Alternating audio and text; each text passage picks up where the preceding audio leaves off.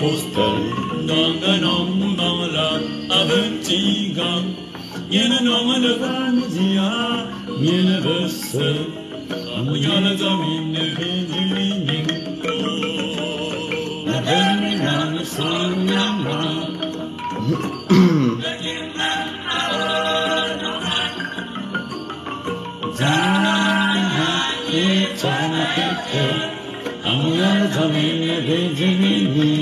Bonsoir Pauline.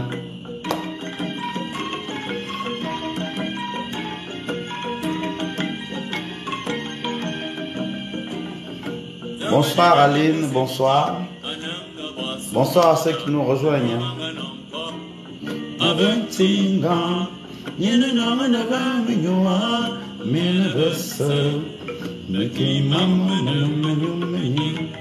Bonsoir Yolande Ondoa. Habillez un peu mon nom. Il y a la barbe au doigt.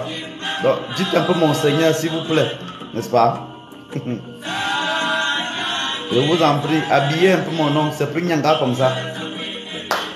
Parce que c'est ce que je suis. Je ne vole pas, n'est-ce pas?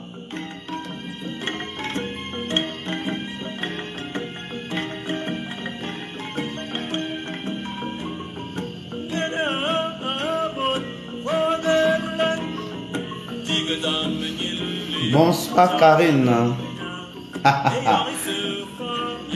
Pauline, je te pardonne aujourd'hui. Bonsoir Nicole. Bonsoir à vous chers amis. Le dernier live on était à Douala, maintenant on est à Yaoundé. Excusez-moi pour ma voix, vraiment. Le climat ne m'a pas laissé. Mais ce n'est pas grave. Même sans voix, je fais mon travail.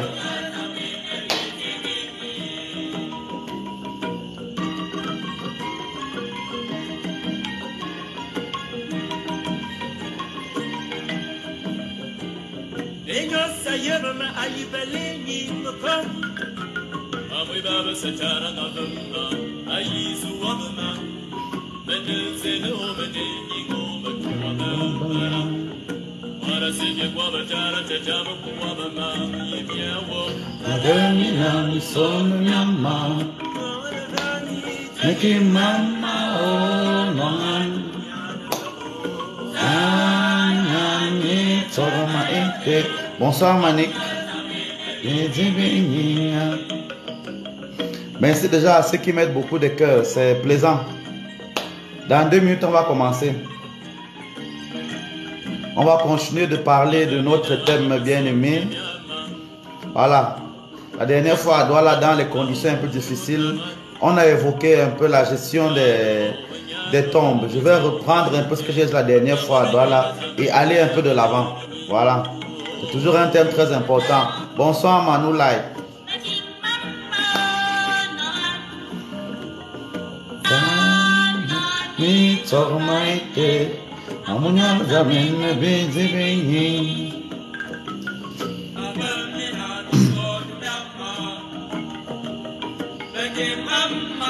Ah, c'est un très beau cantique, vraiment. Je suis sûr que beaucoup de moins de 25 ans n'ont jamais écouté ça. Nous, les vieux, on connaît un peu ce genre de chansons. Vraiment.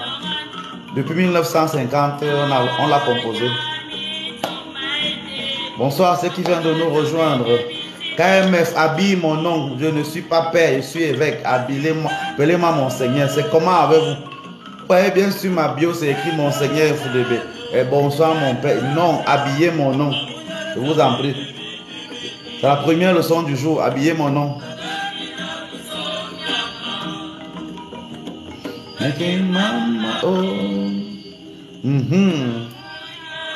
Voilà, c'est bien comme ça. L'autre, tu as très bien compris. Voilà, Manu, voilà. Merci beaucoup. Tu es souvent intelligente parfois. Tu es parti à l'école, ça se voit. Que l'école là ne vous a pas laissé. Ok, chers amis. N'est-ce pas? On va faire honneur à ceux qui sont déjà présents. La politesse, la ponctualité et la politesse des rois, n'est-ce pas? Voilà, voilà. Donc, chers amis, merci déjà d'être présents. Avant la prière, je vous remercie déjà pour le soutien que vous m'accordez. Beaucoup sont venus me rencontrer là-bas à Douala, ça m'a fait énormément plaisir. Voilà, je vous remercie. Beaucoup même même n'ont pas pu me rencontrer, mais on a discuté par téléphone pendant longtemps. Donc, ça m'a fait plaisir. Le temps que j'ai passé là-bas était très intéressant grâce à vous. Le prêtre qu'on a ordonné aussi nous a bien accueillis. Ça a été une bonne chose. Merci pour cela. Je reçois aussi beaucoup de messages de soutien et d'encouragement, que ce soit pour les problèmes avec le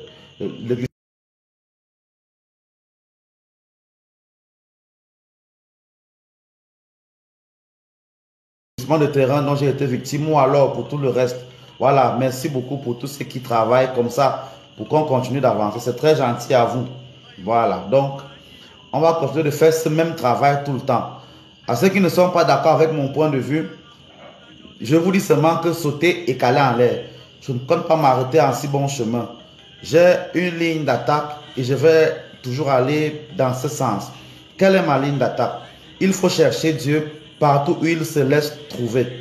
Il n'est pas uniquement dans les églises ou dans la Bible. Au contraire, dans ces lieux que je viens de citer, il y a beaucoup d'erreurs qu'il faut déceler et donc détruire.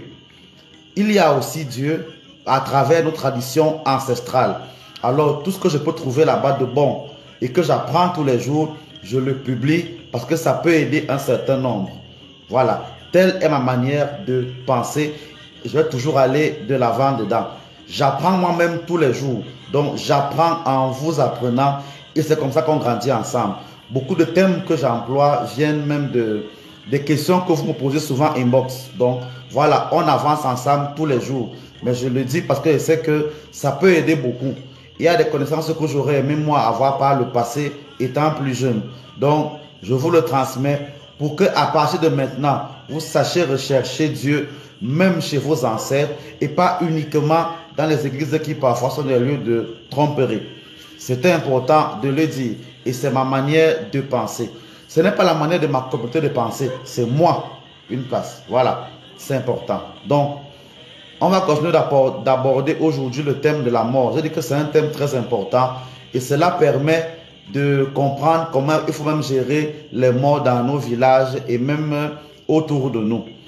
Ça permet de comprendre le comportement que beaucoup de gens ont pendant la mort, ce qu'il faut faire et ce qu'il ne faut pas faire. C'est de cela dont on parle aujourd'hui.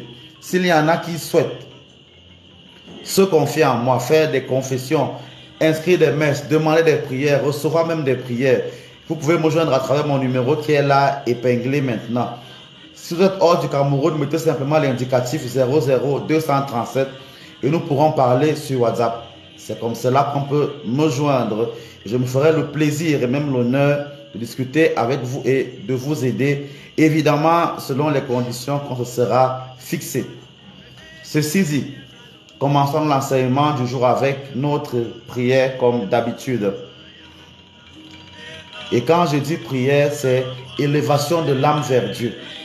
On élève dans notre âme pour toucher Dieu afin qu'il nous accompagne dans le travail qu'on va faire, que ce soit nous et tous ceux qui vont bénéficier de l'enseignement d'aujourd'hui. Nous sommes donc rassemblés au nom du Père et du Fils et du Saint-Esprit. Amen. Notre secours est dans le nom du Seigneur parce que c'est lui qui a fait le ciel et la terre. Seigneur, je t'en supplie, exauce nos prières et que nos cris parviennent jusqu'à toi. Que les cris de tes enfants qui sont ici rassemblés, leurs cris de détresse parviennent jusqu'à toi. Que le cri de tes enfants, de tes filles ici rassemblées, qui ont besoin du mariage, parvienne jusqu'à toi. Que le cri de tes enfants qui ont besoin d'augmenter leurs finances parvienne jusqu'à toi. Que le cri de tes filles et filles qui sont ici et qui investissent tous les jours, qui sont engagés dans l'entrepreneuriat, parvienne jusqu'à toi. Que le cri de tes enfants, de tes fils et de tes filles qui veulent convoler en juste noces, qui veulent avoir des enfants, que ce cri-là parvienne jusqu'à toi. Regarde tes enfants qui ont besoin de voyager. Regarde tes enfants même qui sont actuellement en train de composer des examens officiels dans nos pays en Afrique. Regarde tous ces jeunes qui rêvent de s'épanouir dans leur vie. Tous ces jeunes qui ont besoin de trouver la vie dans leurs activités. Tous ces jeunes qui sont des sportifs, qui veulent grandir, qui veulent exercer dans les métiers de l'art. Toutes ces personnes-là, Seigneur, prends pitié d'eux. Nous savons que c'est toi qui donnes l'inspiration. C'est toi qui donnes même l'envie de créer tous les jours. Sois béni pour tout cela. Regarde ceux qui ont choisi de te servir dans la consécration, que ce soit dans les églises comme prêtre, comme pasteur, comme prophète ou comme oint, ou alors comme des bergers. Regarde en même temps ces chefs de famille qui propagent ta parole et ton enseignement. Regarde en même temps ces guérisseurs traditionnels, ces médiums qui travaillent tous les jours pour soigner tes enfants, pour leur donner la vie. Regarde même ces personnes-là qui sont dans les hôpitaux, qui soignent tes enfants. Ces personnes accoucheuses qui aident les enfants, les femmes à accoucher. Tout ce personnel médical qui est parfois maltraité, qui est parfois maltraité, qui est parfois mal payé. Seigneur, prends pitié de ces personnes dont nous avons besoin. Regarde même ces hommes en tenue, ces militaires, ces gendarmes qui nous défendent tous les jours, qui permettent que nos pays soient en paix et qui meurent, qui versent leur sang, qui sont les membres de nos familles. Prends pitié de ces personnes-là. Pour tous ces cadeaux et pour tous les autres cas que vous avez en vous, je prie le Seigneur pour qu'il vous bénisse davantage. Et moi, à mon nom propre, je répands sur chacun d'entre vous ma bénédiction. Que cette bénédiction-là vous touche afin que vous qui avez des problèmes de finances et des mains percées, que vous soyez abondamment bénis et guéris. Vous qui avez des problèmes d'intelligence, qui n'arrivez pas à retenir et qui travaillez pour mieux composer à l'école demain, vous soyez abondamment bénis, vous et vos enfants et même les enfants de vos enfants. Vous qui avez besoin d'accoucher, qui avez des règles et des cycles qui bougent tout le temps parce que les maléfices n'ont pas besoin que vous accouchiez. Je vous guéris de ces maléfices et je vous bénis afin que vous puissiez tomber enceinte et donner des progénitures à vos conjoints. Vous qui avez des difficultés même de mariage, qui malgré les soins que vous apportez à vos corps, n'êtes pas visible autour de vous. Je vous bénis afin que ces voiles mystiques tombent et que vous soyez désormais visible pour des personnes qui ont besoin de se marier, de convoler en juste noces. Pour tous ces problèmes que vous avez dans vos foyers, pour tous ces problèmes que vous avez dans vos lieux de service, je vous bénis afin que dès maintenant, votre lumière continue de briller. Pour toutes ces personnes qui sont endeuillées et qui ne savent pas comment gérer les problèmes qui se passent souvent pendant les deuils, je vous bénis afin que vous ayez la sagesse, parce que c'est de cela que nous allons parler aujourd'hui, que vous ayez la sagesse pour savoir gérer ces cas difficiles qui parfois peuvent gâter des familles, détruire des familles et apporter des malédictions dans les familles. Soyez abondamment bénis, chers amis. Bénissez-vous, bénissez vos enfants. Soutenez leurs efforts parce que la bénédiction de vos enfants vous permet vous aussi de grandir. Qui bénit fait grandir et grandir mutuellement. Donc, n'ayez pas peur de répandre autour de vous la bénédiction que vous avez reçue. Que cette bénédiction soit donc toujours avec vous. Soyez abondamment bénis.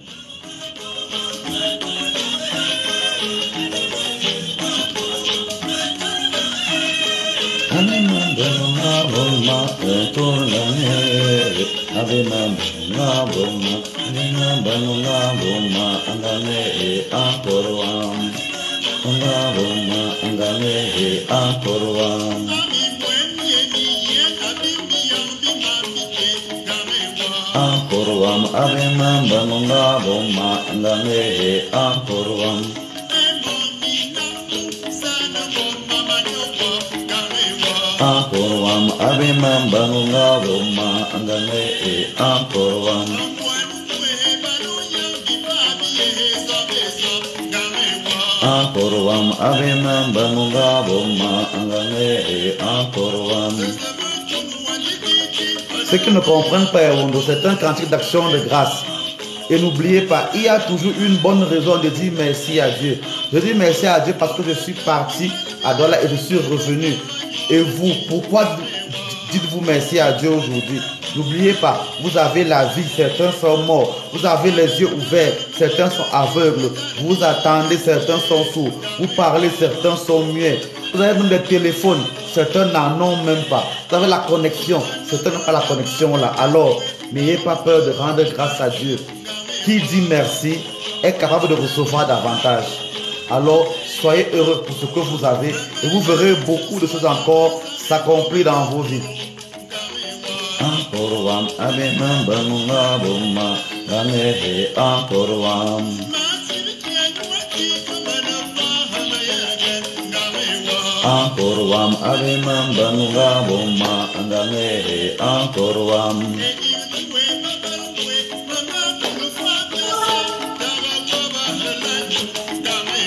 Ankorwam Adimam Banunga Boma Angane Ankorwam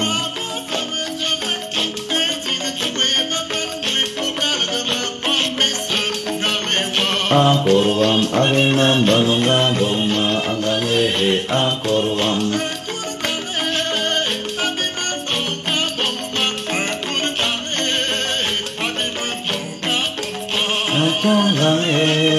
Abema Banunga Boma Turgane Abema Banunga Boma Turgane Abema Banunga Boma Turgane Abema Banunga Boma Abema Banunga Boma Kane Ankorwam.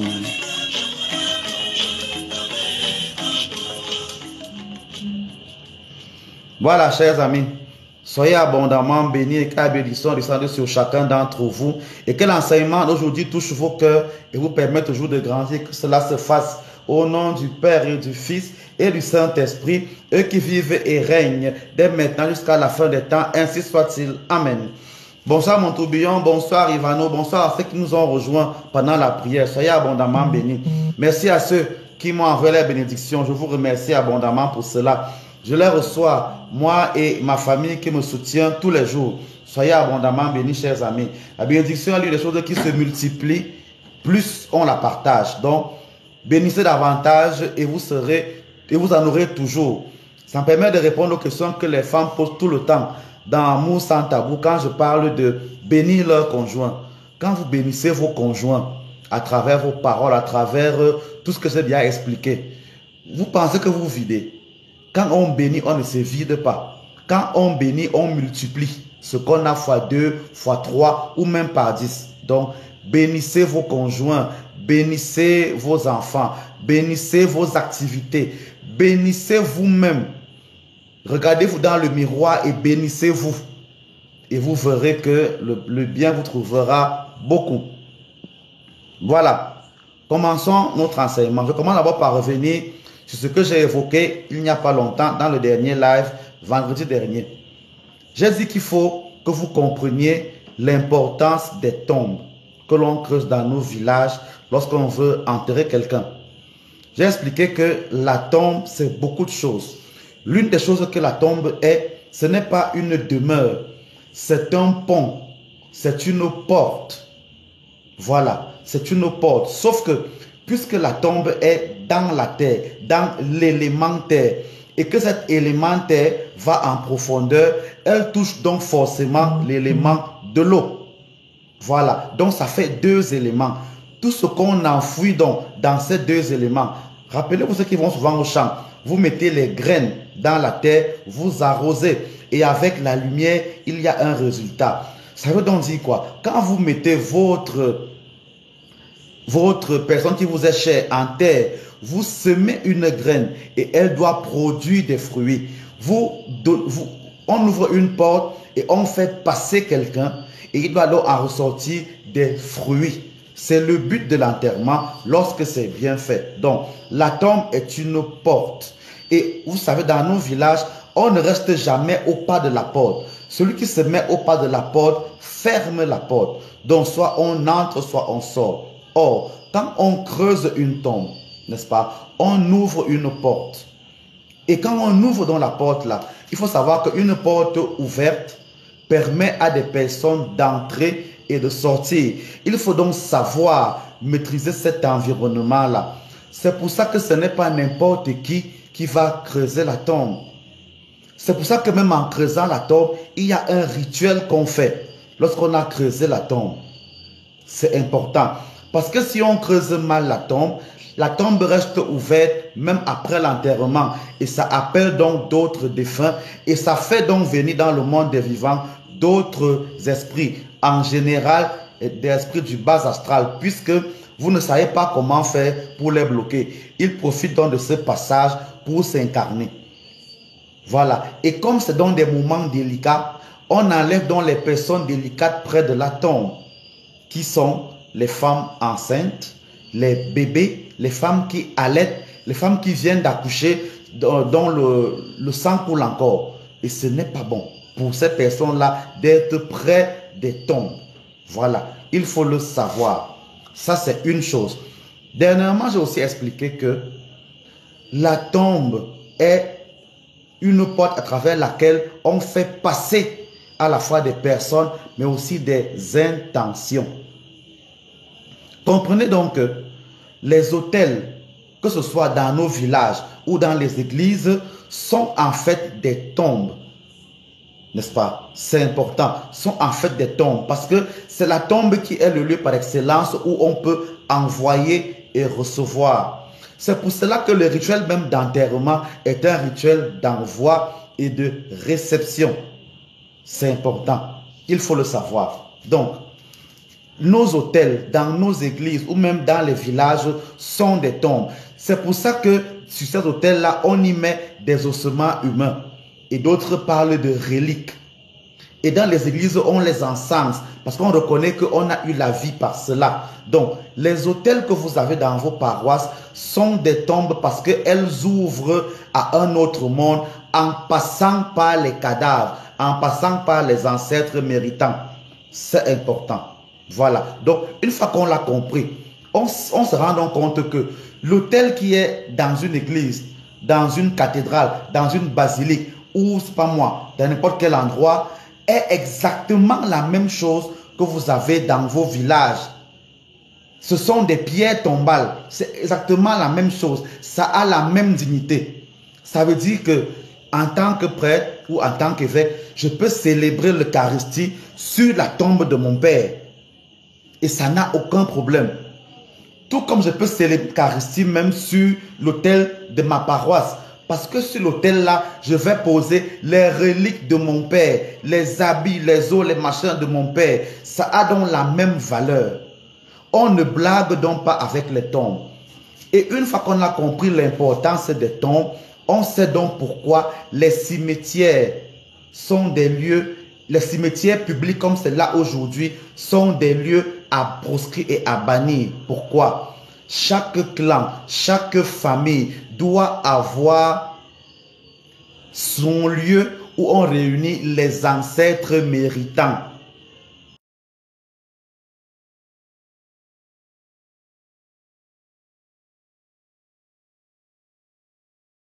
C'est important. Doit avoir son lieu où on met ses ancêtres méritants. On y construit une case, là où on peut donc les vénérer, où on peut les encenser, où on peut leur parler, où on peut les écouter aussi, normalement. Et dans ce lieu-là, on consigne donc d'une manière ou d'une autre les histoires et les vies de ces personnes-là. On peut donc utiliser, c'est donc ces personnes-là dont on prend les noms et qu'on surnomme, qu'on donne aux enfants. C'est important. On enseigne donc leurs histoires aux enfants. Quelqu'un m'a demandé un jour, mais vous dites tous les jours que les ancêtres méritants, c'est même qui? Dans l'Église catholique, il y a une liste des saints. Dans vos villages, il y a qui? Normalement, pour savoir dans votre village qui est ancêtre méritant, on va à la chefferie ou à la base du clan. Il est donc tenu, il y a donc quelqu'un là-bas qui est le gardien du clan, qui peut donc vous dire qui est vraiment ancêtre méritant dans le village et qui est un ancêtre banni, dont le nom ne doit pas être donné à n'importe qui, n'est-ce pas? C'est important. C'est important. Donc, il faut le comprendre. Une fois qu'on a donc compris cela, on ne met pas les cadavres n'importe où. Tu ne peux pas aller prendre ton père et l'enterrer quelque part, dans un endroit que je ne connais pas, parce que c'est la paroisse, parce que c'est une... Non. Tu enterres celui que tu considères important dans ta maison. Et s'il est reconnu comme ancêtre méritant, on viendra prendre son crâne et le mettre dans la case commune de tout le clan. Et son nom sera donné aux générations futures. On enseignera sa vie aux autres. Voilà comment cela se passe. Et quand tu as la tombe de ton père dans ton camp, lorsque tu prends une femme, tu l'amènes au tribunal de ton père. Elle va sacrer la tombe de ton père et elle va faire des offrandes là-bas. Ton père peut donc, étant là-bas, accepter ou refuser sa belle-fille.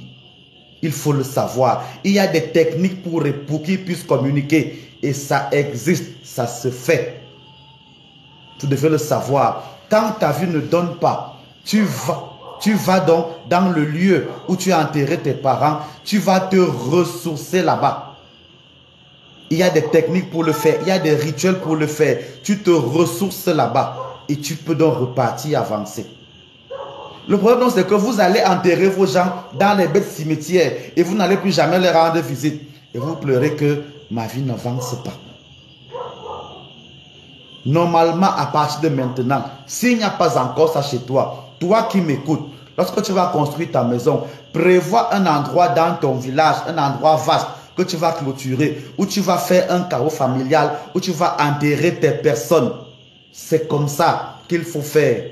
C'est comme ça qu'il faut faire. Enterrez vos enfants, vos pères et vos mères là où ils ont demandé, dans un endroit familial. Karine, je vais répondre à ta question. Laissez-moi d'abord avancer dans l'enseignement. Ce qui est bizarre, c'est que vous voulez connaître, mais vous ne voulez pas entendre ce que je dis. Vous avez vos problèmes. Donc, tellement, Karine, tu as posé ta question là au moins 3 fois. Tu n'entends pas ce que je dis. Tu es seulement sur ta question. Le reste, est-ce que tu as compris? C'est comme ça qu'on fait, chers amis. Donc, apprenez-le d'abord. Apprenez-le d'abord. Il faut le savoir. Donc, prenez cette décision aujourd'hui. Que vous allez construire dans vos villages. Et une fois que vous aurez construit dans vos villages, vous allez réunir vos parents à cet endroit. Vos enfants et vos enfants, les enfants de vos enfants seront donc guéris là-bas. On va donc au moins une fois par an sur la tombe de ces aînés-là, y faire des offrandes, y faire des sacrifices pour soi-même et pour eux. Il faut le comprendre. Maintenant, Karine demande, est-ce qu'on peut changer la tombe d'un défunt? Qui vous a dit que c'est impossible? Il y a des techniques pour le faire. Même la loi des pays le permet. Tu vas faire une demande au chef de village, au chef de tout et tout. Et dans les raisons, tu déplaces. Parfois, simplement, c'est cher. Mais c'est possible. Ce n'est pas interdit. Donc, il y a des techniques pour le faire. Voilà. Il y a ce genre de choses. Donc, il faut y penser. Quand donc vous avez un ancêtre comme Pauline Zila qui est fâché, tu vas à sa tombe et tu négocies avec lui. Tu parles avec lui. C'est comme ça. Ne restez pas longtemps là et dites tout le reste. Donc voilà. Merci à ceux qui mettent des cœurs. Ça me fait plaisir de voir que certains n'ont pas oublié de mettre des cœurs. Pour mettre des cœurs, il faut simplement tapoter vos écrans. C'est simple, ça marche comme ça. Faites-le et j'aurai beaucoup de cœurs. Pour le moment, je ne suis qu'à 15 000. C'est pas très bon. Les gens, on est 80. Donc les gars, mettez pour qu'on arrive environ à 100 000 comme d'habitude. Merci aussi à ceux qui partagent le live. C'est important. Ça permet qu'on soit davantage connu et que le TikTok nous mette en avant vers des personnes qui peuvent nous comprendre et apprécier ce qu'on fait. Donc, il faut le comprendre. Une fois qu'on l'a pigé, on ne joue donc pas avec les tombes. Maintenant, j'avance. Ça, c'est ce que j'ai dit la dernière fois. J'espère que c'est mieux compris maintenant. Maintenant, j'avance. Comment on fait une tombe? Il faut le savoir. On ne dalle pas les tombes. Les gens qui font les tombes là, ils cimentent en bas et les quatre bords de tombe, c'est pourquoi? Non. On ne cimente pas les tombes. Zéro. On met quelqu'un dans la terre pour qu'il retourne à la terre. On met quelqu'un dans la terre pour qu'il retourne à la terre. On n'est donc pas censé rester enfermé dans le cercueil. Non. C'est pour ça que même quand on met le cercueil, il faut un cercueil en matériaux fragiles pour que le corps puisse retourner à la terre. C'est très très très important. Dans certaines tribus même, il n'y a même pas le cercueil. On met dans des draps et avec des embaumements traditionnels et on dépose le corps. C'est comme ça. L'histoire de cercueil là est venue vraiment tromper. C'est une dépense qu'on a créée pour que les gens fassent seulement des choses bizarres. Non. Il faut le comprendre. Donc, quand vous creusez une tombe, il n'y a pas de carreau à mettre là-bas. Il n'y a pas de carreau à mettre dans la tombe. Vous creusez la tombe, c'est tout. Il n'y a pas de carreau à mettre sur la tombe pour que la tombe soit belle. Non, on ne met rien. Vous mettez votre personne qui s'en va enveloppé dans un drap. Vous posez avec certains éléments à côté. Ces enfants ont souvent des bracelets là en forme de fleurs. Et à la fin, on met ça on l'envoie dans la tombe pour dire au revoir. C'est comme ça qu'on fait. Les gens qui construisent, qui font des cercueils de 1 million et tout le reste, c'est pour faire quoi avec? Non. Ce sont des prisons que vous faites à vos parents. Il faut le faire. On ne dalle donc pas une tombe. Même les histoires que vous faites comme maintenant là, que vous faites des pierres tombales de 1 million, on fait quoi avec? Au trop, on pose une dalle au-dessus de l'endroit où on a enterré pour se rappeler des tombes, n'est-ce pas?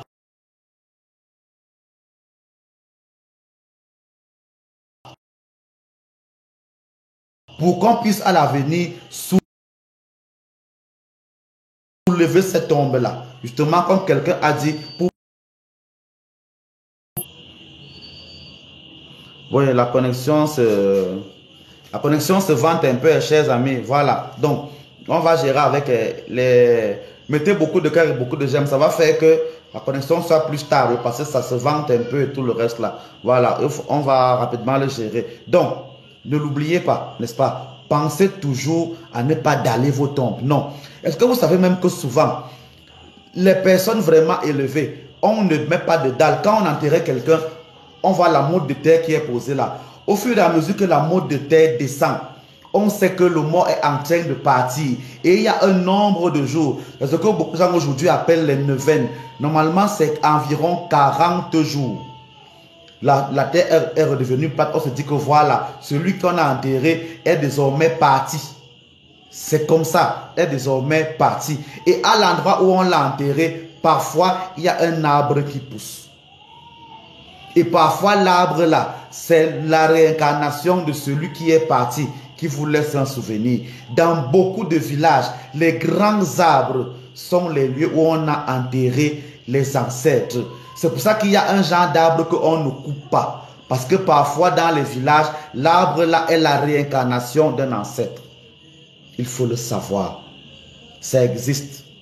Voilà. Donc, l'histoire que vous venez avec le modernisme là, faire les tombes cimentées, machin et tout, ce n'est pas bon. Il faut le savoir, ce n'est pas bon. Normalement, qu'est-ce qui se passe? Avant d'arriver d'abord là, autre chose qui est très importante, il faut respecter les dernières volontés de ceux que vous enterrez. C'est important. Respectez leurs dernières volontés. Aujourd'hui, on a affaire à des enfants très intelligents, très forts. Quelqu'un vous dit que quand je vais mourir, n'amenez pas mon corps à tel endroit, enterrez-moi à tel endroit. Ceux qui sont au Cameroun, dernièrement, il y a eu un accident très important où des gens allaient enterrer une femme et sur la route, tous ceux qui allaient l'enterrer sont morts d'un accident grave. Et même les chauffeurs et le motorbord du camion sont aussi morts tués par le même cercueil. Et quand on fait la recherche, la maman là avant de mourir avait dit, quand je vais mourir, n'amenez pas mon corps au village. Mais comme les gens sont devenus très intelligents, très forts, ils ont dit non, nous on va aller avec le corps là au village. Résultat, ils sont tous morts. Vous comprenez? Respectez les dernières volontés de ceux qui meurent, que vous enterrez. Celui qui meurt dit que n'amenez pas mon corps là-bas. Toi, tu pars l'enterrer là-bas. Et quand tu dois t'arriver, il faut le savoir. Maintenant, l'histoire que non, quand quelqu'un a dit, on amène quelqu'un, pardon, viens parler à ton père, non. Moi, je l'ai déjà dit et je ne le cache pas. Je ne veux pas que mon corps fasse une semaine dehors. Pourquoi? Parce que maintenant, qu'est-ce qui se passe? Voilà un autre problème que vous avez aujourd'hui. Les deuils sont devenus les moments des millénaires où on vient se faire voir, où on vient montrer qu'on a une belle greffe, qu'on a une belle coiffure, une belle voiture. Les gens cotisaient les millions pour organiser l'enterrement. Quelqu'un meurt de maladie parce qu'il n'y avait pas l'argent pour l'amener à l'hôpital ou bien pour bien le soigner. Mais dès qu'il meurt, on fait des réunions de famille. On demande à chaque personne les 300 000, les 400 000. Pourquoi? Parce qu'il faut faire la réception de ceux qui vont venir au deuil. Donc maintenant, on veut d'ailleurs pour manger et pour boire. Vous voyez que c'est bien. Est-ce qu'on ne peut pas faire ce genre de quête pour aider les enfants du défunt? Moi, je ne le cache pas. Moi, je ne le cache pas. Si j'ai un deuil qui me concerne, que je gère en tant que boss, si le deuil là c'est mardi, le vendredi qui suit, je m'en vais t'enterrer. Ceux qui veulent faire les réunions, l'argent des réunions là, ça va aider pour les enfants du défunt qui doivent aller à l'école, qui doivent payer leur billet d'avion pour voyager, qui doivent, comment on appelle ça, qui doivent se soigner. Il y a des défunts qui meurent là, les enfants ne vont pas à l'école, les enfants n'ont pas où dormir. Les cotisations des réunions là, moi je prends donc ça, je pars donner aux enfants là pour qu'ils puissent faire leur vie avec. C'est le meilleur cadeau qu'on peut faire à celui qui est parti. À tout casser, on peut venir voir le prêtre que bon, voilà une neuvaine de messe, fais comme ça, voilà, voilà, voilà. Mais dépenser des millions pour acheter, il y a des deuils où on paye des services traiteurs pour faire manger les gens. On sort des tissus pour s'habiller. Pourtant, celui qui est mort là n'avait même pas la même famille, n'avait pas l'argent pour le soigner. Mais le jour qu'il meurt, on sort les voitures, on loue les camions, on fait ci, on fait ça. Moi, je l'ai souvent dit, pour moi, ça, quand je meurs, autre une semaine et on m'enterre. Les cotisations que mes amis vont vouloir faire là, ça va aider si ma femme est encore là, ma veuve et les enfants. Ils auront des problèmes à gérer. C'est comme ça que je veux que les cotisations là aident. Pas les nourritures qu'on va manger. Donc on vient à mon deuil boire le vin. Les gens maintenant viennent saouler dans les deuils. Et au point où maintenant, dans les villages, comme les gens ont compris que dans les villages, on a besoin de ça pour manger. Les gens dans des villages font tout pour tuer ceux qui sont en ville. Comme ça, quand vous allez venir enterrer, vous allez leur faire la fête. Voilà ce qui se passe. Parce que vous avez fui vos villages. Quelqu'un fait 10 ans sans venir dans son village parce qu'il est en bain. Quand il vient donc en bain pour le deuil, on sait que le benguiste est venu. Il s'endette là-bas les millions pour venir faire le deuil de quelqu'un. Il repart souffrir là-bas en bain. Vous voyez que c'est bien comme ça. Et ça vous plaît. Pendant les deuils, les jeunes filles mettent les greffes qui arrivent jusqu'aux fesses avec les longs talons. Elles mettent les cabassans caleçons en bas.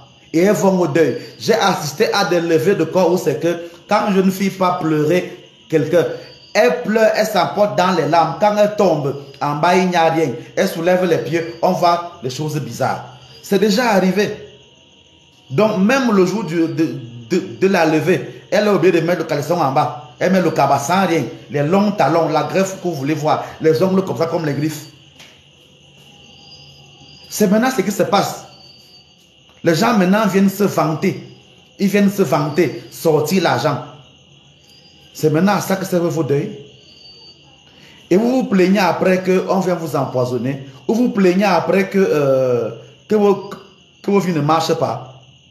Non. Voilà comment on gère un deuil.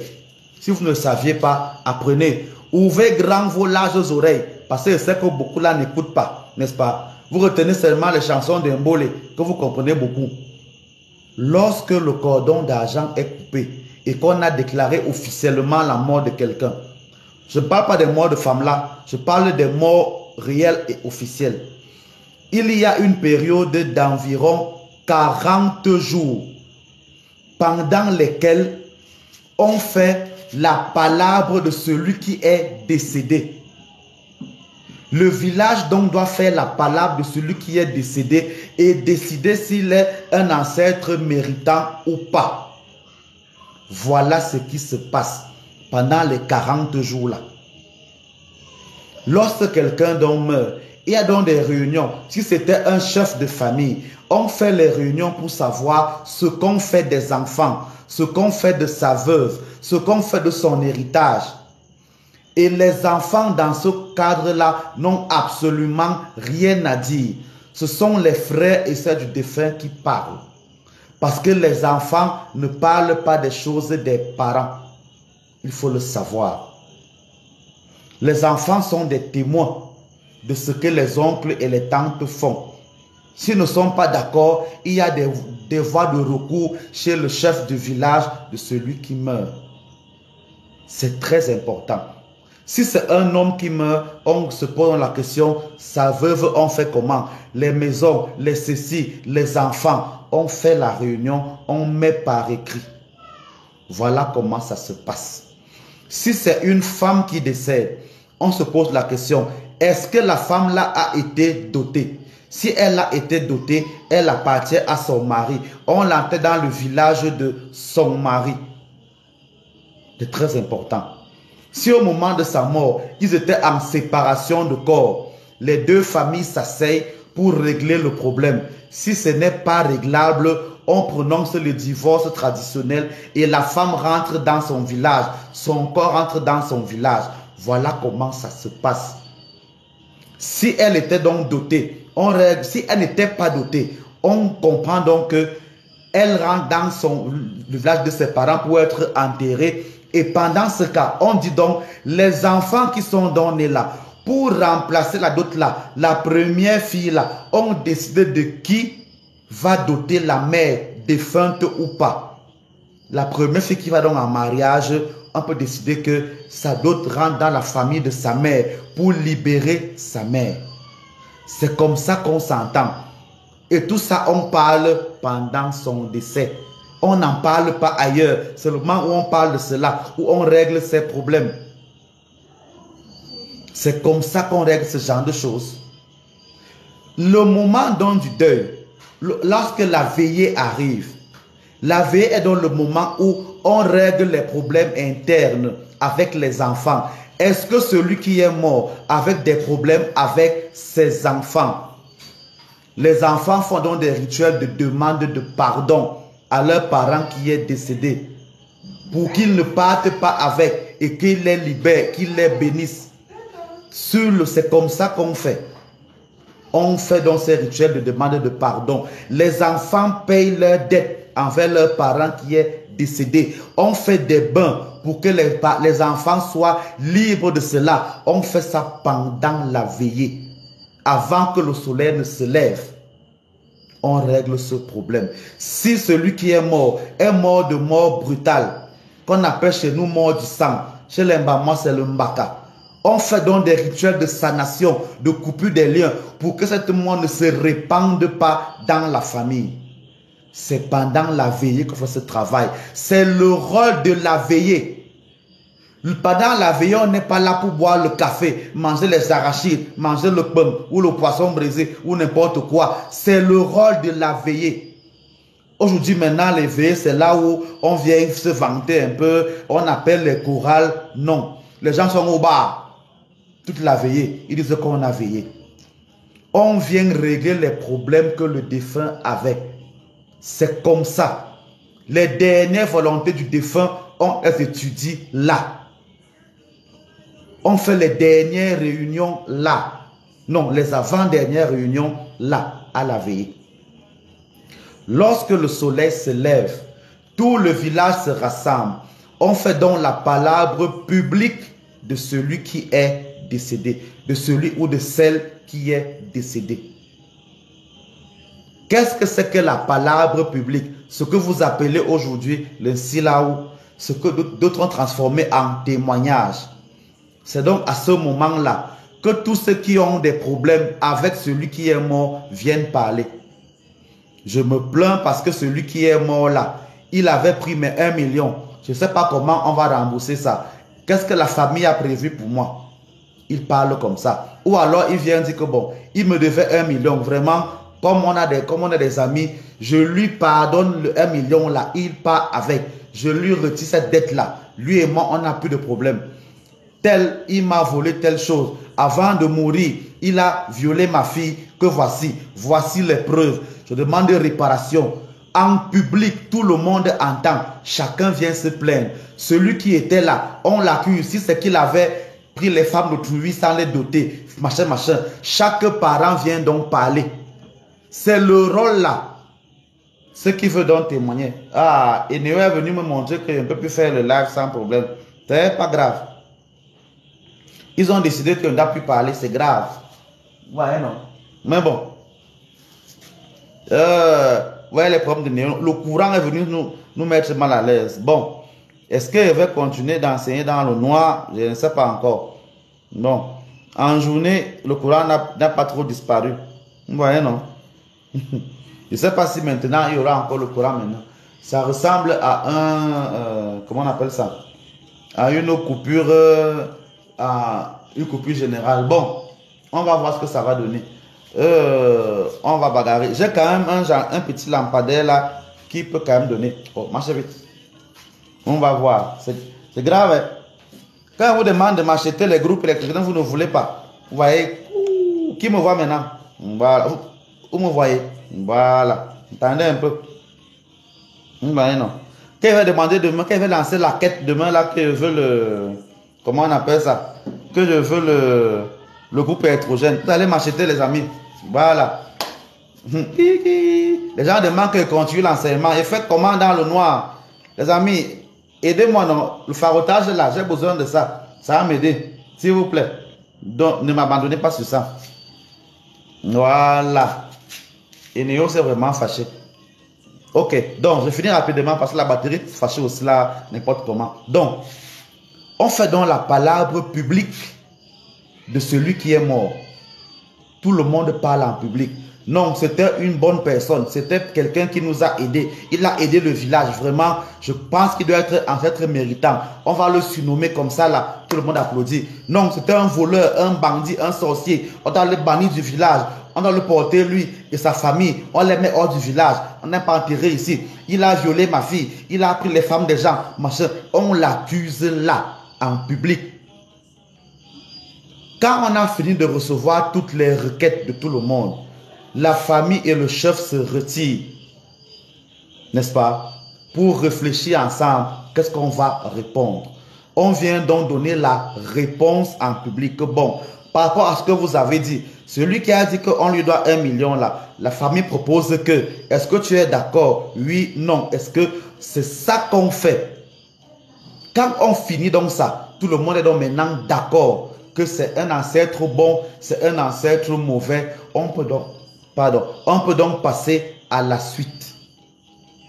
La suite donc c'est quoi? La suite c'est les rituels qui font passer celui qui est mort à l'autre monde. Si c'est quelqu'un que vous avez décidé que c'est un ancêtre méritant, il y a donc des rituels qu'on fait pour l'enterrer. C'est comme ça. Si c'est quelqu'un qu'on veut bannir, il y a donc des rituels qu'on fait pour le bannir. Et on ferme la tombe. On la scelle, qu'elle ne sera plus jamais ouverte. Et à ce moment donc là, les prêtres traditionnels ont leurs travaux à faire. Ce n'est pas le problème. Et maintenant, qu'est-ce qui se passe? On assiste à des prêtres qui sont devenus des marabouts. C'est-à-dire que quoi? Les gars font les machins avec le feu là, ils brûlent partout pour dire que on scelle la tombe, machin et tout et tout. C'est quoi cette bêtise là? Pas que ce sont des rituels qui sont mauvais. Ok. J'espère que le Coran est bien revenu, n'est-ce pas? Voilà. Donc, il faut le comprendre. J'espère. C'est pas que ces rituels sont mauvais. Mais si tu as choisi d'être dans la tradition pure, il faut la faire. Chaque règle a chaque pratique a ses conditions. N'acceptez plus que les prêtres catholiques, ou c'est pas moi de quelle église, viennent dans vos maisons, mettre les feux dans vos tombes, ou faire ceci ou cela. Ce n'est pas leur travail. S'ils le font, de deux choses l'une. Soit ils sont des marabouts déguisés en prêtres, ce qui est aussi un problème parce que c'est une tromperie. Soit tu assumes que tu es guérisseur traditionnel, ou alors tu es uniquement prêtre. Tu peux avoir une ouverture à cela, comprendre ce qu'il faut faire, et tu laisses donc celui qui doit le faire, le faire. Chaque initiation a ses règles, et c'est important. Aujourd'hui, maintenant, on voit tout et n'importe quoi dans les deuils, vraiment, et c'est pas beau. Donc, il faut le savoir. Il faut accompagner cela. Maintenant, le cas des personnes qui sont mortes de femmes là, c'est-à-dire qui sont je fais une pause d'abord là maintenant. On est presque 76, presque 80 là maintenant. Je n'ai même pas 50 000 j'aime. Non, il y a un problème. Là, il y a franchement un problème. C'est pas, il faut d'abord qu'il demande. Ok, pour le moment, j'arrête l'enseignement. Il faut d'abord que les lives, les j'aime la montent. C'est comment? On est à 22 000. Oh, on est nombreux là. Un temps, on est même monté à plus de 100. Les gens sont là, ils me regardent. Tapotez votre écran. On est même pas encore à 30 000. Je ne continue plus l'enseignement. Si c'est pas bon, je finis là maintenant, on part. On met les j'aime là en tapotant l'écran. Tapoter l'écran simplement comme ça, ça fait monter les j'aime. Voilà, c'est important. C'est comme ça qu'on fait sur TikTok. Voilà. C'est quoi cette histoire qu'on est là nombreux, on est 80, mais les gars sont là. Je n'ai même pas 30 000 j'aime. Non, non, non, chers amis. C'est pas sérieux. Peut-être que ce que je dis n'est pas intéressant. D'accord, il n'y a pas de problème. Là, je m'arrête d'abord. C'est ma nourriture. Quand je vous demande d'inscrire les maîtres, vous n'inscrivez pas. Quand je vous demande de faire les offrandes, vous ne faites pas. Même les j'aime qui sont Joe. Non, non, non. Tapotez vos écrans. Tapotez vos écrans. Pour le moment, je ne parle plus tant que ce pronombre qui est intéressant. 0. Pour le moment, mettez d'abord.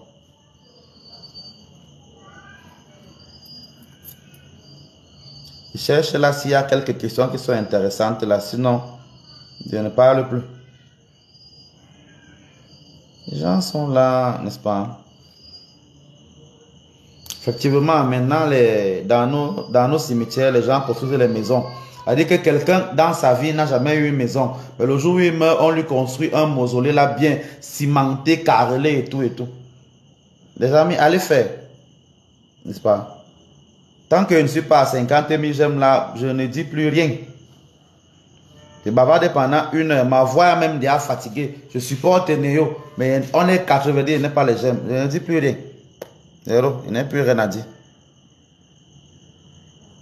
Tendem, tendem, tendem. Vous allez aimer la musique. Peut-être c'est là que vous allez aimer.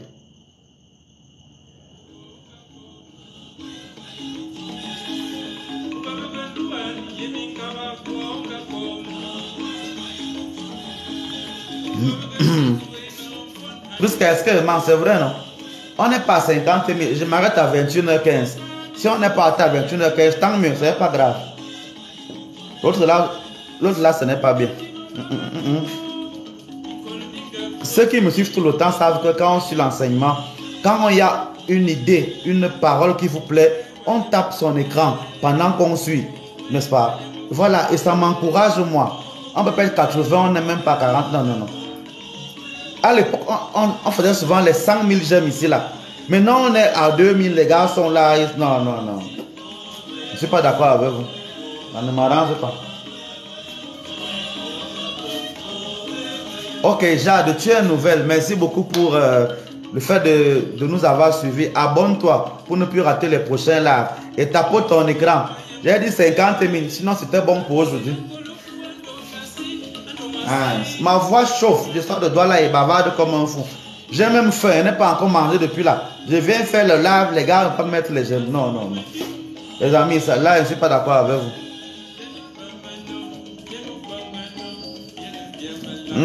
Les amis, on est à 35 000, il reste 15 000. Tapez, tapez. Là. Oui, merci Jade, ça va aller, mais on est là. Vivi, merci beaucoup d'être là. Merci à ceux qui partagent. Au contraire, c'est les partages qui sont en l'obomaye. J'ai 40 partages. Vraiment, merci beaucoup pour ceux qui partagent. Brogo, il n'y a que toi ici, là. C'est comme ça, les amis. Mettez les j'aime. On a dit 50. Je dois... Avant, on atteignait 100 000 j'aime. Maintenant, on n'est même pas à 40 000. On est presque 100 à regarder. Non, non, non. Oui, oui, oui. Le live sans tabou, c'est dimanche. C'est dimanche à la même heure. Voilà. C'est dimanche à la même heure. Il n'y a pas de problème.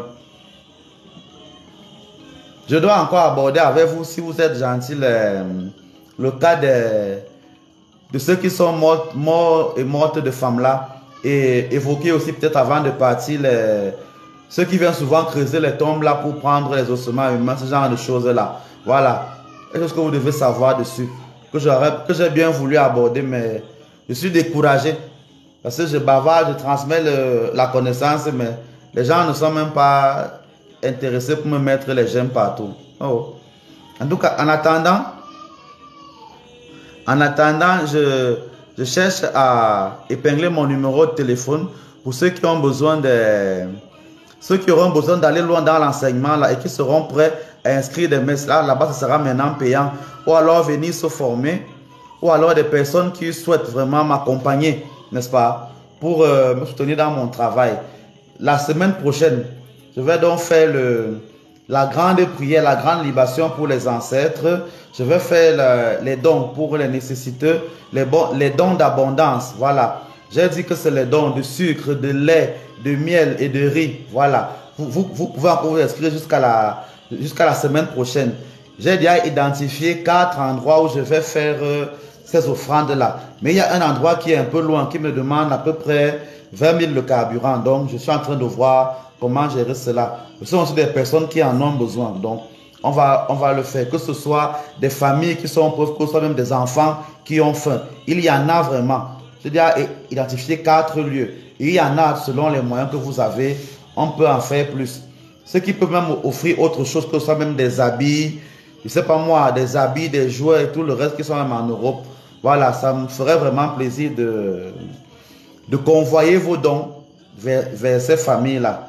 Évidemment, ceux qui veulent me soutenir aussi pour tous les problèmes que j'ai eu, à savoir le mur qui est tombé, la voiture qui est en panne et tout le reste, comme vous pouvez imaginer, je serais heureux de vous aider dans ce domaine. Voilà. Bon, on est à 43 000. Je dis quand même un dernier mot parce que j'ai pitié de vous. Je crois que je ne peux pas punir tout le monde pour n'importe quoi, mais franchement, c'est pas sérieux. Moi, j'étais déjà sûr qu'on est déjà des habitués, les amis. Donc, je n'ai plus ce débat-là à faire. C'est énervant. Bonsoir, Georges. Bonsoir à ceux qui nous rejoignent. Bonsoir à ceux qui sont nouveaux. Les lives enseignements spirituels comme cela, c'est mardi et vendredi à 20h heure du Cameroun, 19h GMT. Et le dimanche, à 20h du Cameroun, 19h GMT, c'est les lives Amour sans tabou. Donc maintenant, lorsque vous avez la preuve, voilà, il y a beaucoup de thèmes qu'on peut encore aborder, les thèmes de veuvage et compagnie. Peut-être on reviendra sur cela vendredi parce qu'il est déjà 21h. Donc, on verra. On ne peut pas tout dire en un jour. Voilà. Et je réserve aussi d'autres informations pour ceux qui viendront justement s'inscrire pour les initiations. Si un jeune meurt dans la sorcellerie, que faire pour le faire passer dans l'autre monde? C'est justement de ça que je parle maintenant, Rachel. Qu'est-ce qui se passe? Nous sommes tous nos corps. Je dis que nous avons au moins 7 corps, n'est-ce pas? Au moins 7 corps. Et ces corps-là sont reliés parce qu'on appelle le cordon d'argent, n'est-ce pas? Que nous avons comment on appelle ça? Le cordon d'argent.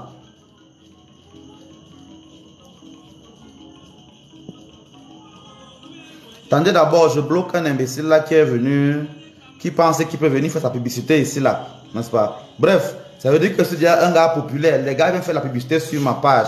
Mais, les amis, est-ce qu'ils savaient que je suis important comme ça là? N'est-ce pas? Je ne savais pas que je suis important comme ça là au point où les gens viennent faire la publicité sur ma page. Et je suis déjà un gars fort. Donc, lorsque vous avez quelqu'un qui est mort, n'est-ce pas? Qui est mort de mauvaise mort, n'est-ce pas?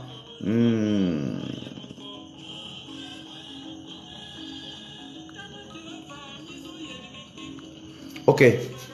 Si vous avez quelqu'un qui est mort de mauvaise mort ou alors de quelqu'un qui est dans le femme-là, dont le corps physique est mort, mais les autres corps sont emprisonnés pour travailler dans un champ ou dans d'autres activités là-bas. Ça arrive très fréquemment, n'est-ce pas? C'est la preuve donc que ces gens ne sont pas vraiment morts. Ils sont encore, si vous voulez, entre les deux mondes, n'est-ce pas? Ils ne sont pas reconnus comme morts et ne sont pas tout à fait vivants ici. Ça veut dire qu'il n'y a que deux de leurs corps qui sont morts. Le corps physique et le corps éthérique, c'est-à-dire le corps que nous touchons et le sang qui nous coule dans leurs veines. Mais le corps astral est encore vivant et d'autres corps existent encore quelque part emprisonnés où ils sont esclavagisé. Voilà. Ça peut arriver. Dans ce genre de cas, normalement, lorsqu'il y a un décès, il y a donc des traditionalistes qui viennent là pour regarder et peuvent donc vous dire que celui-ci a un souci, il n'est pas encore mort comme si, il est. Dans ce cadre donc, la seule manière de le libérer, puisque on ne peut, normalement, quand c'est, on peut encore le ramener dans la terre des vivants, mais souvent le corps ne peut plus, ne peut plus l'accepter parce qu'il est déjà quand même pourri. Donc souvent, qu'est-ce qu'il faut faire? Il faut le tuer dans le monde là pour qu'il continue sa route. C'est très important. Il faut le tuer dans le monde là pour qu'il continue sa route. Parce que les 30 ans ou les 15 ans qu'il va faire emprisonner là, toute sa descendance est aussi bloquée. Et c'est important, n'est-ce pas? Si votre père meurt et qu'il est bloqué à un niveau, vous, sa descendance, vous ne pouvez pas aller plus loin que lui. Donc, c'est pour ça qu'un mauvais enterrement peut bloquer une famille. Si on a mal enterré ton père ou ta mère, on peut te bloquer toi. Parce que, comment dire ça? Dans le monde spirituel, ton avancement dépend de celui qui est venu avant toi. Tu ne peux pas aller plus haut que lui s'il ne te porte pas. Donc, si on a mal enterré, si on a bloqué ton père ou ta mère dans un autre monde, tant qu'ils sont bloqués, tu es aussi bloqué. Tu ne peux pas aller plus loin. Donc, les enfants des personnes qui sont mortes de femmes là, vous avez beaucoup de chances d'être dans le même femme là que vos parents, si on ne les a pas délivrés. Il faut donc, quand vous avez ce genre de suspicion, faire des prières de délivrance et des rituels traditionnels pour délivrer ces personnes là-bas. C'est important. Et quand vous allez les libérer, vous aurez des preuves. Ils viendront donc vous dire en rêve que merci, vous m'avez libéré, je peux maintenant continuer dans ma route. C'est important. Voilà. J'ai dit que c'est facile de savoir s'ils sont bloqués. C'est donc ce qu'on fait pendant les 40 jours là. Quand quelqu'un meurt, n'est-ce pas, il y a des médiums, il y a des traditionalistes, il y a des chefs de village. C'est eux qui se réunissent entre eux et donnent donc le verdict. C'est ce qu'on fait. Maintenant, vous avez créé maintenant les morgues, les machins et tout le reste. C'est ce qu'on fait. Voilà. Donc, au village, il y a ces institutions-là qui permettent d'avoir ce genre d'informations. Bon, ceux qui ne savent pas ce que c'est que le femme-là, même comme je me doute de ta question, Miss Mac, en général, il y a des personnes qui meurent sur le plan physique, visible ici, mais ne meurent pas sur le plan astral. On emprisonne dans leur corps astral et on les envoie dans des lieux, peut-être dans des champs, dans des fermes, dans des usines, ou même dans des ponts, dans l'eau souvent, pour y travailler. Vous pouvez donc voir quelqu'un qui a à lui seul 30 hectares de cacao par exemple, mais le champ est toujours propre, n'a pas de problème.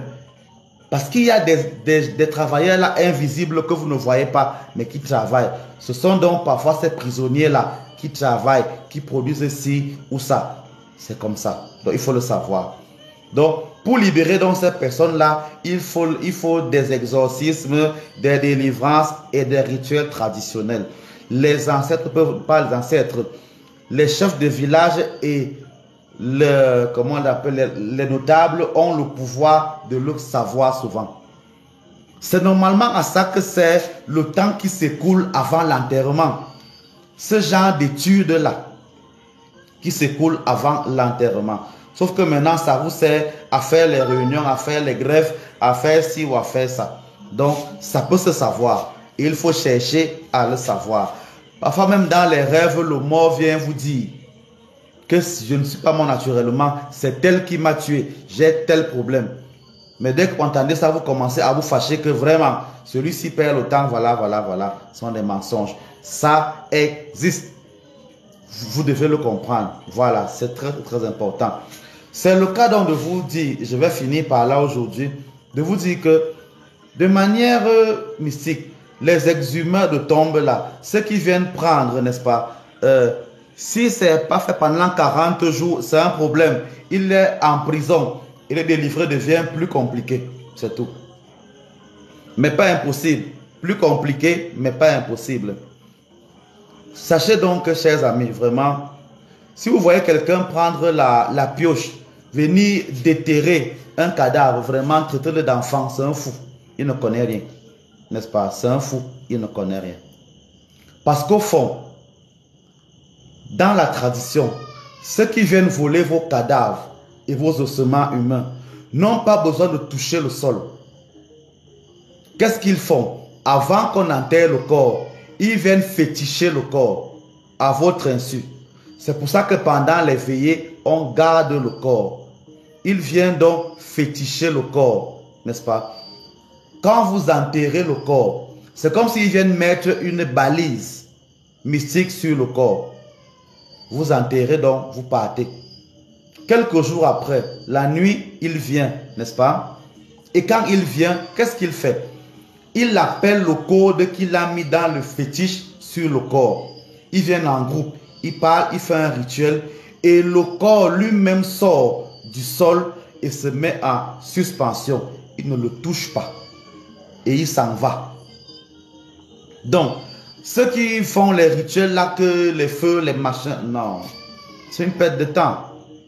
C'est une perte de temps, il faut le savoir.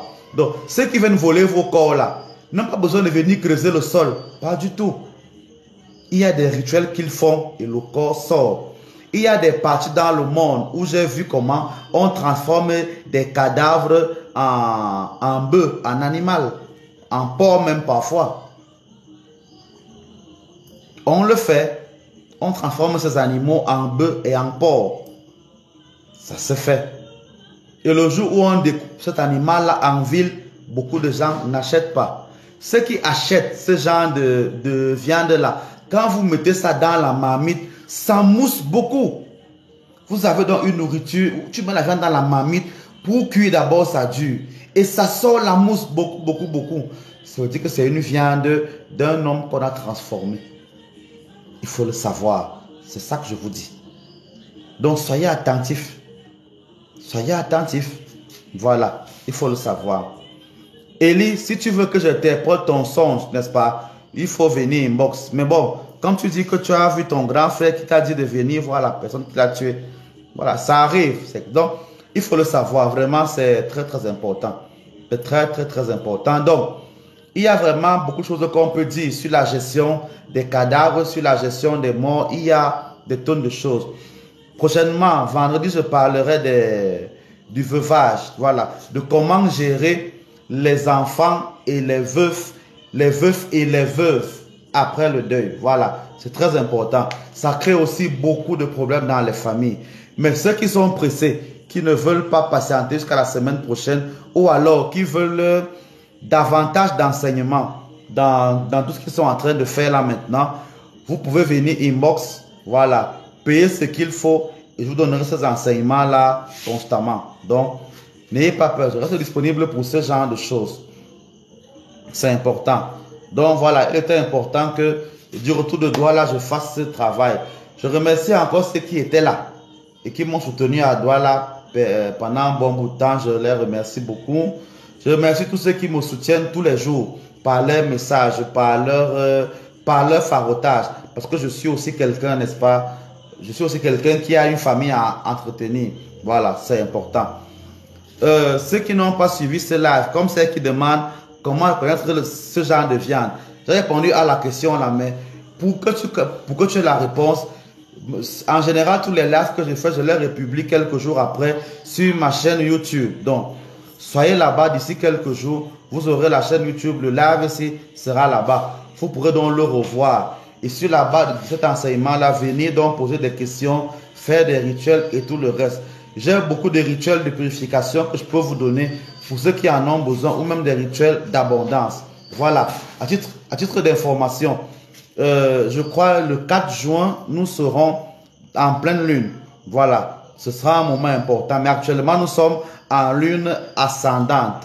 Ça veut dire qu'on est dans la période où on fait beaucoup de rituels d'abondance, d'ouverture. C'est pour ça que je veux donc conclure la période ici avec vos dons d'ouverture, chers amis. Vous n'avez pas compris quoi? C'est important. Donc, le 4, on sera en pleine lune. Et après, on sera en lune descendante, favorable pour les délivrances, les purifications et autres choses. Apprenez ce genre de choses. Sinon, vous serez des personnes vides et n'importe quoi. On a vécu la Pentecôte il n'y a pas longtemps. J'espère que vous avez retenu tout ce que j'ai dit sur le Saint-Esprit et sur comment le vivre et comment l'implémenter. Voilà, sinon les lives là sont encore présents sur ma chaîne YouTube. Vous pourrez aller les regarder. Voilà, il était important pour moi de dire ce genre de choses. Nous sommes mardi aujourd'hui. Donc, retrouvons-nous donc vendredi, n'est-ce pas, où nous parlerons des veuvages pour les hommes et pour les femmes. On parlera des enfants, comment on les gère après l'enterrement. Voilà, et on parlera de ce genre. C'est de ça qu'on parlera en général. Donc, tous ceux qui sont veufs et veuves là, voilà, je parlerai un peu des contours de la tradition dans ce genre de choses, de comment il faut gérer ces problèmes-là. Voilà. Évidemment, entre-temps, je reçois les enseignements ou les conseils de beaucoup d'aînés s'ils jugent que je n'ai pas été assez complet. Voilà, donc, voilà à peu près. Voilà, j'ai déjà parlé des offrandes de la semaine prochaine ou des rituels et j'en parlerai toujours. Donc, merci vraiment abondamment pour ceux qui m'ont suivi. Merci à ceux qui ont pris la peine de mettre des j'aime.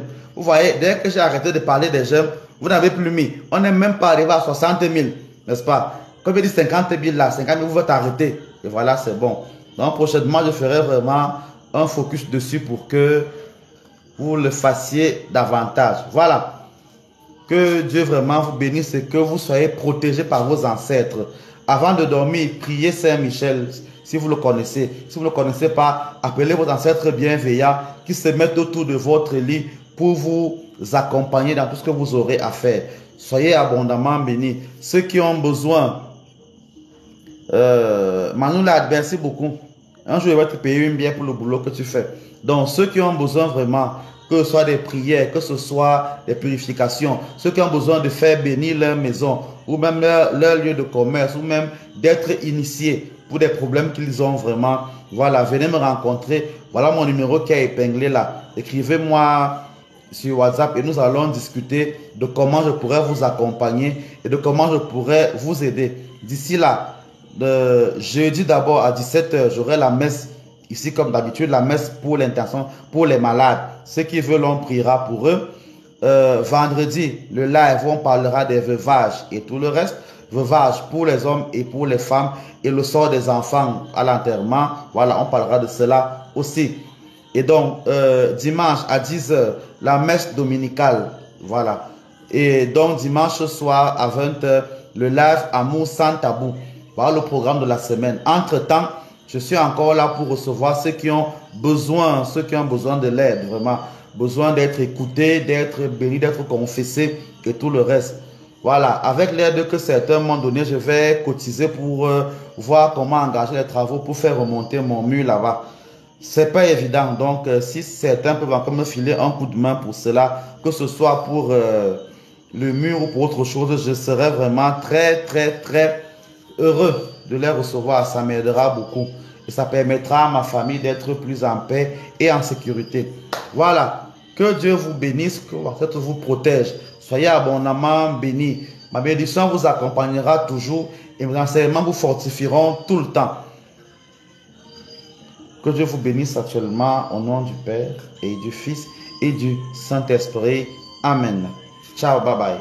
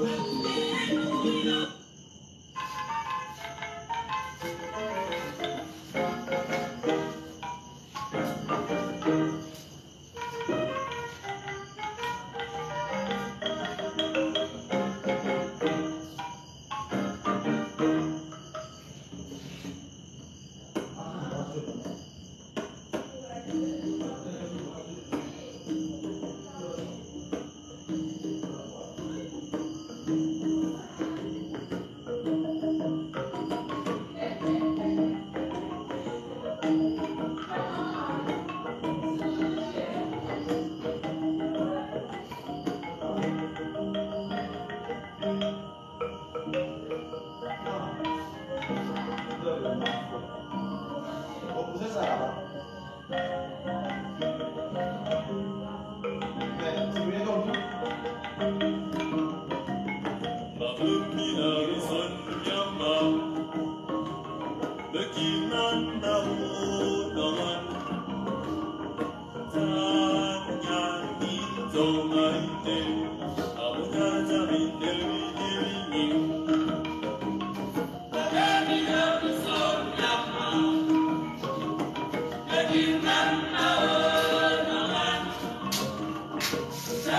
Bye bye les amis. Ciao, bye bye.